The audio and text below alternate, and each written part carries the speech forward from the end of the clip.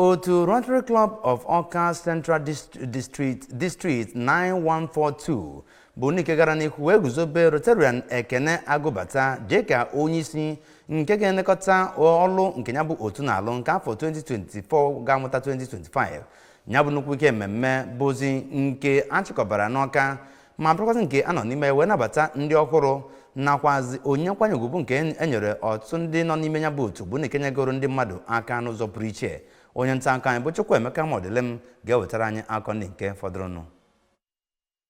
Otito dịka onye ji ọkwa dịka ọdaakwụkwọ kpụtọrọkpụ nke ọfịs ọdaakwụkwọ gọọmenti Anambra ma bụrụkwa onye na-alụ ọrụ dịka onye nneta anya ọdaakwụkwọ kpụtọrọkpụ ụlọọrụ kọmishọn na-ahụ maka okpuru ọchịchị ime obodo echimechi na ihe metụtara obodo bụ dọkịta Nwabufo Nwankwọ bụzi onye ewubere dịka onye isi nke 41 nke Rotary Club of Awka. Ya bụ mmemme bụ nke dọtara ndị Rotary sigasị n'ebe dị iche iche, ndị nkụzi, ndị na-alụrụ gọọmenti ọrụ, ezinụlọ, ndị na-echere ya ezi echiche nakwa ndị oyi nke gụnyere nwunye akanachi steeti a bụ Oriakụ na onye Soludo. Onye ọ bụ onye kọmishọna na-ahụ maka ọrụ pụrụ iche bụ barista Beverly Ikpeazụ nke m dị iche nọchiri anya ya. Ọdaakwụkwọ gọọmenti steeti a bụ Ọkammụta Solochukwu Lobelu. Onye ji bụ ọkwa dịka onye ambasadọ nke Naijiria na mba Spain bụ Oriakụ Bianca Ojukwu na ọtụtụ ndị ọzọ. Mgbe ọ na-enyefe ọkọlọtọ eji alụ ọrụ nyegara dọkịta Nwankwọ ka onye ji bụ ọkwa onye isi Rotary Club of Awka nke afọ 2023-2024 bụ Maazị Chika Ibeneme kọwara dọkịta Nwankwọ dịka onye mara nke ekwe na-akụ, onye ga-alụ ọrụ nke ukwuu wee bulie ya bụ otu enu ma kọwaa na dịka ọkwa atọ nke ọ nọgọrọ n'ọlụ na omego ka otu ahụ nke ọnụọgụ ha dị mmadụ 75 bụrụzia nke dị 100 mmadụ. Maazị Ibeneme gara n'iru kọwapụta ihe dị iche iche ha lụrụ oge ya bụ onye isi ọlụ nke gụnyere ịgbapụ mmiri ọṅụṅụ na ụlọ akwụkwọ Union Primary School Ifitenibo nke dị n'Awka South, inye ihe eji agụ akwụkwọ nakwa ihe eji ede ihe nyegara ụlọ akwụkwọ dịgasị n'Amansi na Ebenebe nke dị n'Awka North, inye ndị anaghị ahụ ụzọ mkpọ ha ji aga ije nakwa ịkwụ ụgwọ ụlọọgwụ ụfọdụ ndị mmadụ ndị ahụ adịghị ndị nọ na ụlọọgwụ Chukwuemeka Odumegwu Teaching Hospital Amakụ Awka. Na ozi ekele ya ka dọkịta Nwankwọ kwere nkwa ime ka ya bụ otu bụrụ nke si n'ike n'aba n'ike. Ọ gwụpụtakwara ụfọdụ ihe ha ga-eme nke gụnyere ịhụ na a na-agwọ ndị ọrịa, inye aka na-akwalite agụmakwụkwọ, ikpochasị obodo, ime ka obodo dị ọcha, ime ka enwee ezi mmiri ọṅụṅụ tinyere ihe ndị ọzọ. N'oge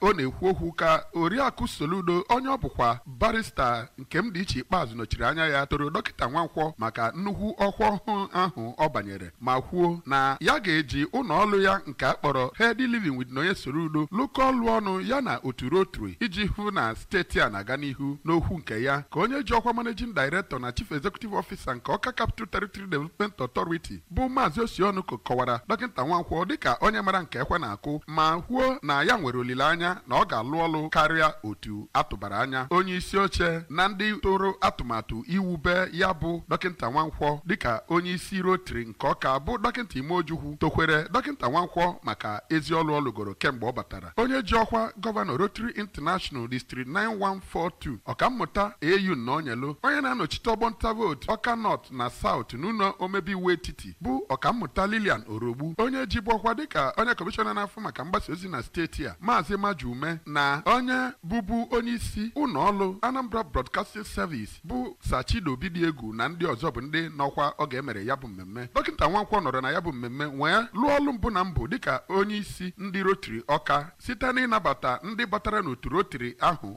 ọfụ, ndị gụnyere onye ọdaakwụkwọ kpụtọrọkpụ ụlọ ọrụ steeti a na-ahụ maka ahụike dọkịta Obegele Uche Ebo na ogbo ya nke ụmụ ntorobịa nakwa egwuregwu dọkịta Martin Agbele site n'Awka. Aha m bụ Chibuzo Okoye maka akụkọ ụwa ABS.